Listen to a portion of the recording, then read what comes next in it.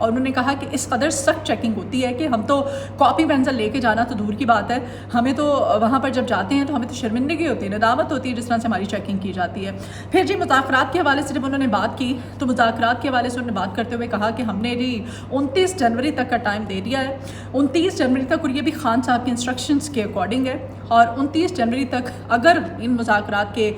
کوئی جو ہے مخاطر خواہ نتائج سامنے نہیں آتے ہیں، ہمارے مطالبات تسلیم نہیں کیے جاتے ہیں، جس میں 2 بیسک مطالبات ہیں، سیاسی اسیران کی رہائی اور جوڈیشل کمیشن، یہی 2 مطالبات ہیں۔ اگر یہ نہیں ہوتا تو پھر ہم 30 جنوری سے اسلام آباد کی طرف مارچ کریں گے اور پھر ہم باقاعدہ طور پر ایک تحریک کا آغاز کرنے جا رہے ہیں۔ اب جی یہ باقاعدہ تحریک جو ہے وہ کہہ رہے ہیں کہ شروع ہونے جا رہی ہے پاکستان تحریک انصاف کی طرف سے، اور 31 جنوری سے آن ورڈ کے تحریک جو ہے اس کا باقاعدہ آغاز کر دیا جائے گا۔ خان صاحب کا موقف انہوں نے سامنے رکھنے کے بعد انہوں نے کہا کہ جو ہمارے اندرونی معاملات میں مداخلت کے حوالے سے خان صاحب نے واضح اور دو ٹوک جو موقف دیا ہے، اس کے بعد وہ یہ بھی کہتے ہیں، وہ کہتے ہیں کہ ہمارے سیاسی اسیران کو رہا کیا جائے، جتنے بھی سیاسی قیدی ہیں، اور رہائی کے حوالے سے جیسے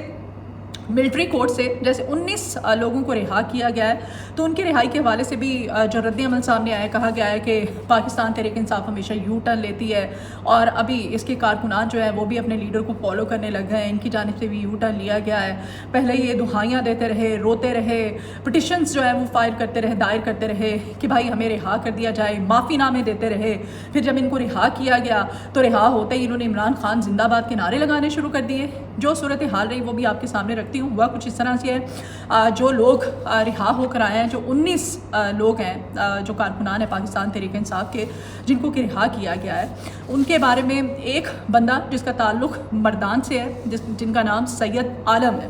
سید عالم مردان کا رہنے والا بندہ ہے، اور یہ بتاتے ہیں کہ جن مقدمات میں ان کو اریسٹ کیا گیا ہے، بیسیکلی 9 مئی کے بعد یہ تمام تر گرفتاریاں جو عمل میں لائی گئی تھیں، ان میں سے 19 لوگوں کو ملٹری کورٹس کی جانب سے ابھی رہا کیا گیا ہے۔ یہ 19 لوگ وہ ہیں جن کی سزائیں معاف کی گئی ہیں، ان کو معاف کیا گیا ہے۔ اچھا جی، سید عالم صاحب کہتے ہیں، وہ کہتے ہیں کہ میں 9 مئی کے دن اپنے موبائل فون پر واٹس ایپ میں اپنے جو ہماری لیڈرشپ کی طرف سے پیغام تھا کہ ہر کوئی اپنے ضلع میں اپنے ریجن کے اندر پرامن احتجاج ریکارڈ کرائے کہ جو کچھ بھی کیا گیا خان صاحب کے ساتھ، پاکستان تحریک انصاف کے ساتھ، جس طرح تحریک عدم اعتماد لائی گئی، پھر جو بھی ہوا، تو ہم نے جو پرامن احتجاج کی جو کال تھی ابھی واٹس ایپ پہ وہ میسج ابھی ریسیو ہوا تھا، تو ہم پر یہ الزام، اور ہم پرامن احتجاج ریکارڈ کرا رہے تھے، تو پھر ہم پر الزام لگا دیا گیا جی ہم نے فوجی املاک کو نقصان پہنچایا ہے، فوجی املاک پہ ہم نے حملہ کیا ہے، اور پھر ہمیں اریسٹ کر لیا گیا۔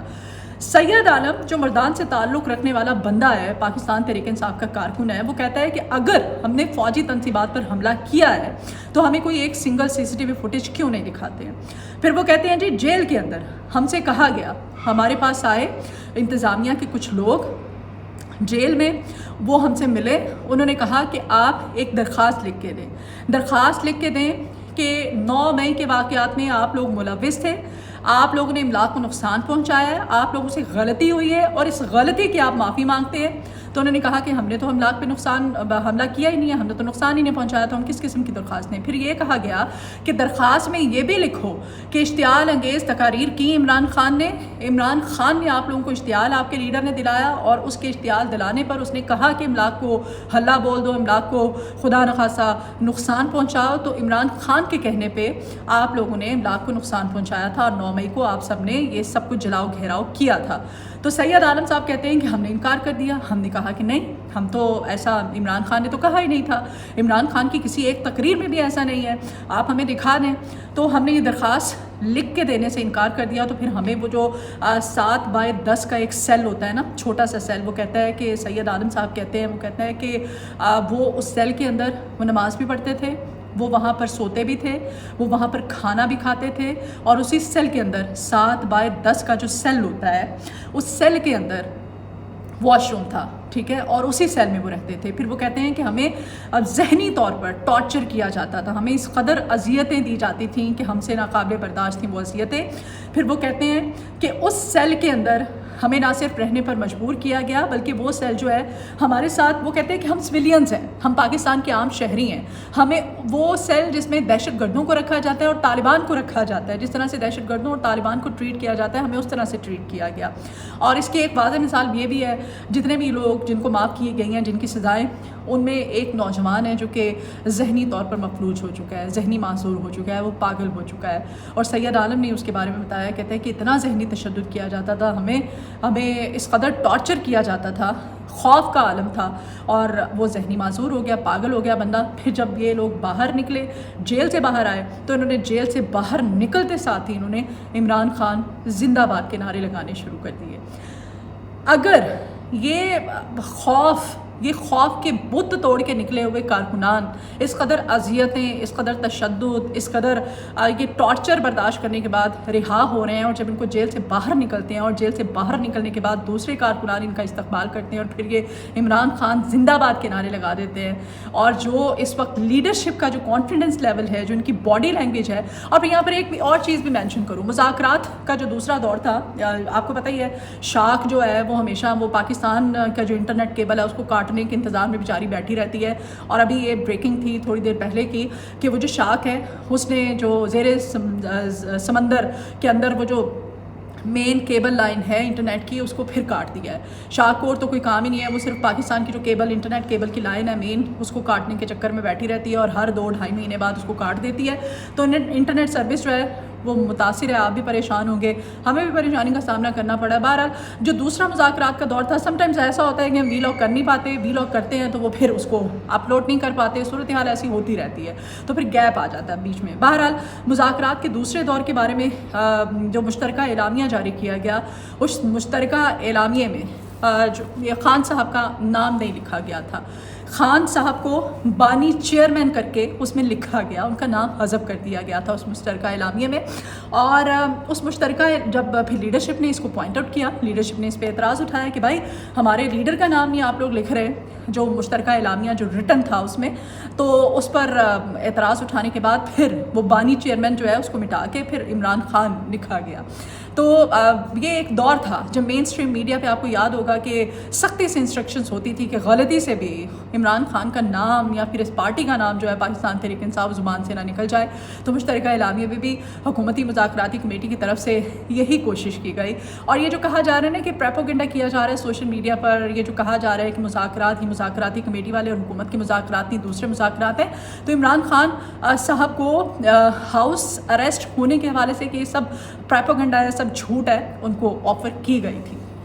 یہ تمام تر صورتحال ہے. اور اب باڈی لینگویج، جو ان کا کانفیڈنس ہے، جو بدلتا ہوا حالات ہیں 2-2.5 سال بعد، اس کی یہ تمام تر چیزیں، تمام تر مناظر جو ہیں بخوبی عکاسی کرتے ہوئے نظر آ رہے ہیں. وی لاگ سے اجازت دیجیے، کچھ مزید اہم خبروں کے ساتھ آپ کی خدمت میں دوبارہ حاضر ہوں گی. آپ سے ریکویسٹ ہے کہ چینل کو سبسکرائب کیجیے گا، ویڈیو آپ کو پسند آئے تو اس کو شیئر بھی کیا کیجیے. کمنٹ باکس میں اپنی آراء کا اظہار بھی کر سکتے ہیں. اپنا بہت خیال رکھیے گا، اپنی دعاؤں میں مجھے یاد رکھا کریں. اللہ نگہبان.